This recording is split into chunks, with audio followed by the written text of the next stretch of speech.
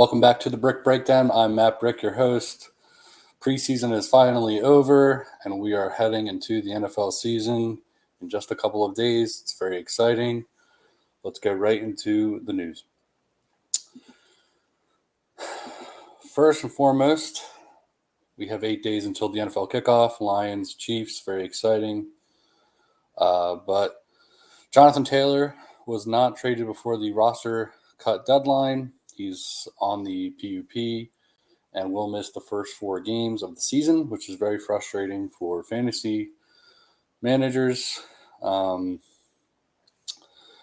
This sucks for Jonathan Taylor. It's just a murky situation, not a good relationship clearly between him and Jim Irsay. It was reported that the Colts tried to get Jalen Waddle, which is hysterical to me. There's just no way. I don't think the Dolphins are trying to get rid of him. It's not a good situation for Taylor and Irsay, and I think it's a shame because no one really knows if he's really hurt or not, and they're kind of doing this to kind of punish him if that's the case, if he's not hurt. So, not a great situation here, there in Indianapolis, and I guess we'll see what happens. The Eagles traded a 2025 sixth-round pick for Albert Oguebanam, and they got a 2025 seventh out of it. The Broncos were set to release Albert O, but the Howie Roseman came in last minute and traded for him. Justin Ross, the wide receiver, made the roster for the Chiefs. Jake Bobo, the undrafted free agent, made the roster for the Seahawks. A couple days ago, there was a kicker frenzy. 3 trades happened for kickers in the NFL. The Patriots traded Nick Folk to the Titans. The Patriots are going ahead with the rookie kicker Chad Ryland. Saints traded Will Lutz to the Broncos, another Sean Payton guy. The Saints are going with rookie Blake Grupe. Not quite sure how to pronounce that yet. Chargers traded Dustin Hopkins to the Browns, and the Chargers have Cameron Dicker, and the Browns ended up cutting Cade York, and he's now on the practice squad, which is crazy because they drafted Cade York in like the 4th round or something. That's a different story. Let's move on. Von Miller is also on the PUP and will miss the first 4 games of the season. I heard that it was a smart move by the Bills, so hopefully he comes back and is ready to go. The Eagles signed cornerback Isaiah Rodgers to a future deal. Rodgers was currently suspended for the 2023 season for violating the league's gambling policy. The Cardinals are tanking. I'm more than positive that's the truth. They just got rid of Isaiah Simmons for a 7th-round pick next year. They cut Colt McCoy and then traded for Josh Dobbs and traded away an offensive tackle named Josh Jones. That screams, we are going to tank. We're tanking for Caleb Williams. Kyler Murray situations just not looking too hot right now.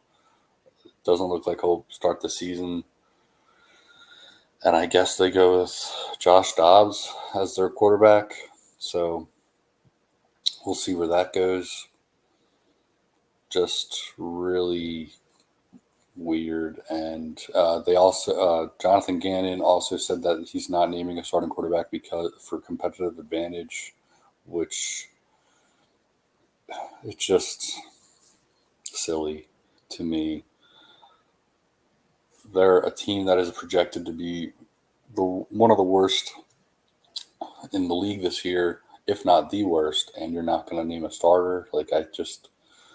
Doesn't make any sense to me. And for them to be making moves like that just shows that they're playing to lose this year. So I believe the Cardinals are tanking. Last but not least, the Bucs center Ryan Jensen was put on season-ending IR. He will not play this season. All right, so today we're going to be looking at the Eagles roster. If you don't know, I'm a big diehard Eagles fan, and the practice squad list just came out, and yesterday, obviously, we had our 53-man roster. So we'll be looking at both of those today, the roster and the practice squad, checking out who made the team and who didn't and all that. And I'll be talking about some in-season bets you can make this year during the season.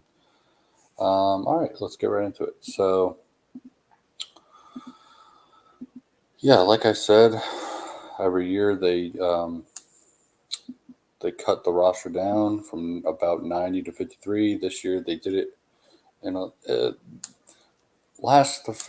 past they've made it so that you don't do it in one day, and they made it on one day this year. So here we go. Derek Barnett made the team, obviously, even though the team allowed him to seek a trade, but nothing's happened as of yet.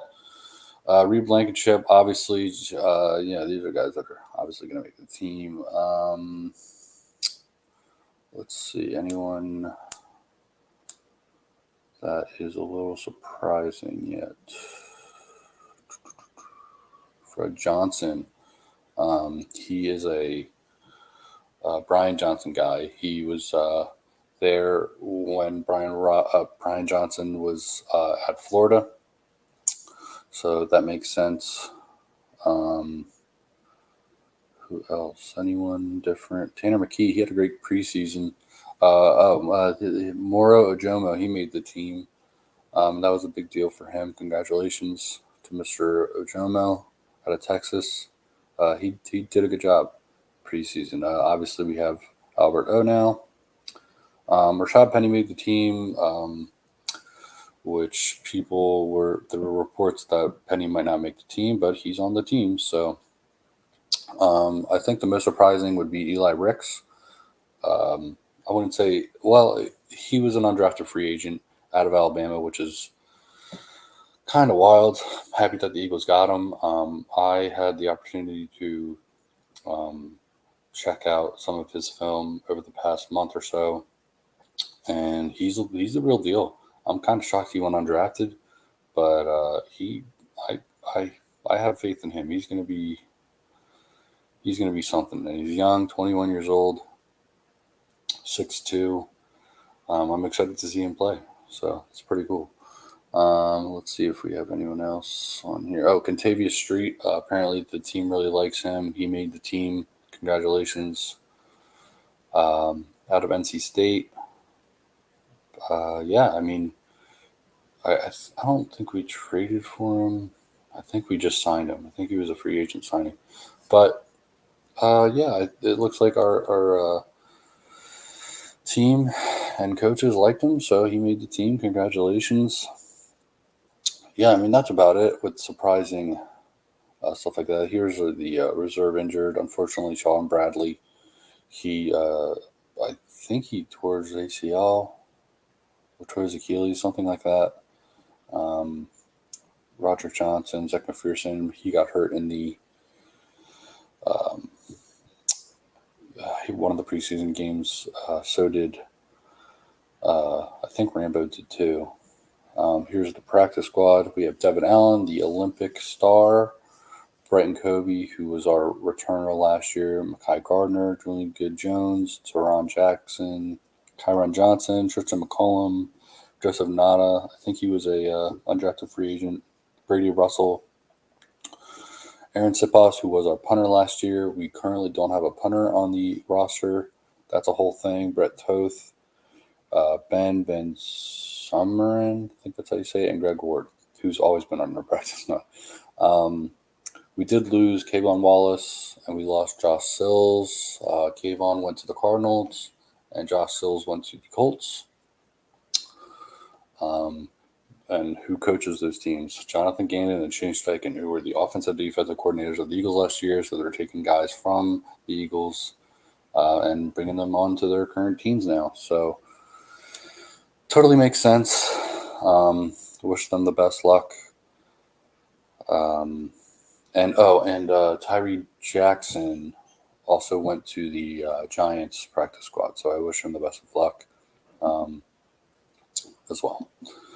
Okay, so that was the Eagles roster. I'm going to quickly go into in-season bets that you can make throughout the season. So the first bet I'd like to make is just look at the first week and pick pick them, pick the wins.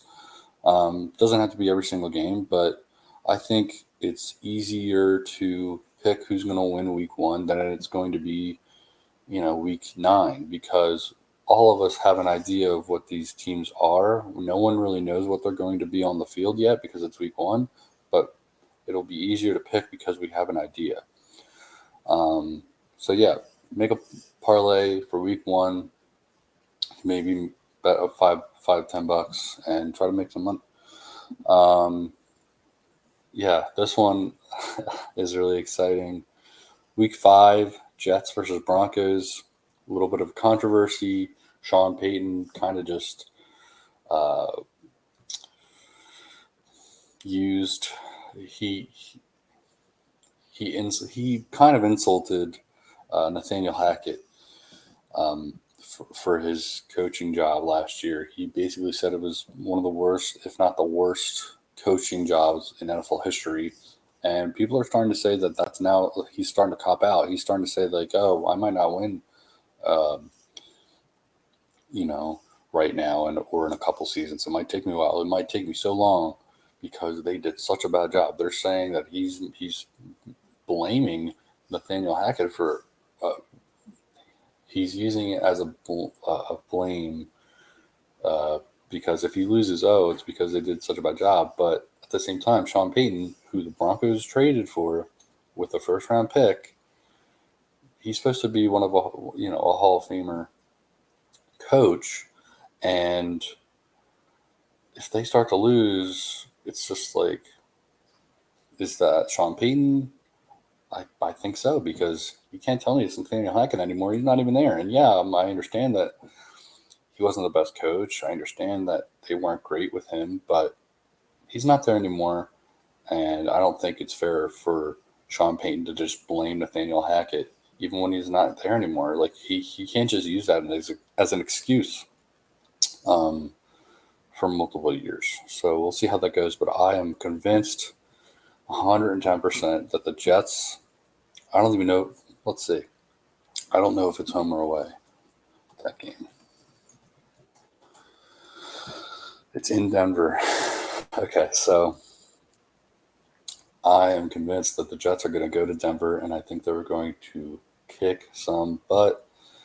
So I'm planning on betting the Jets week 5.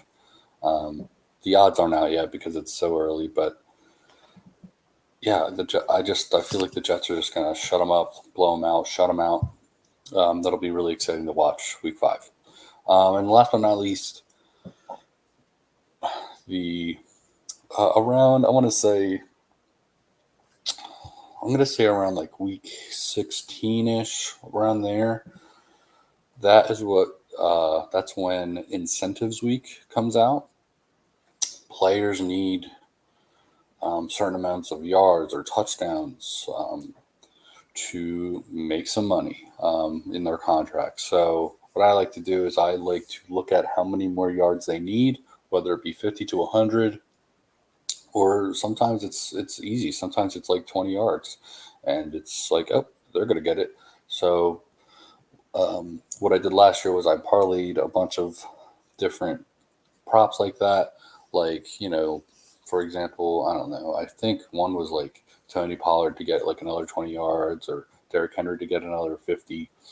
And you pile all that up because the quarterback, the leader of the team, typically knows that it's incentives week and that guys want to get their money. And I'm sure that they talk about it before the game. So, yeah, I like to bet to see how many guys get their incentives around that week. It might not be week 16 exactly. It might be 17, because it depends on when teams start to rest their guys. But around there, that's when incentive week is, and guys make their. Some of them don't make their money. Some of them don't get past the mark they need to get the money. But you never know. If it's an easy bet, like 20 yards from a Tony Pollard or Derrick Henry or something like that, then it's an easy bet to look at. All right, that's going to be it for today. I wish all of you luck in your fantasy football drafts this weekend. This is a big weekend for fantasy football. We'll end it with the quote of the day. Today's quote of the day is, "Good questions outrank easy answers." Paul Samuelson. Thank you so much for listening to this podcast. Like, follow, subscribe, leave a review. Follow the podcast at Bryk Breakdown, at BRYK Breakdown on Twitter, Instagram, TikTok, Facebook. You can follow my personal account at BrykMatt, at BRYKMATT on Twitter. Thank you so much for listening, and have a great day.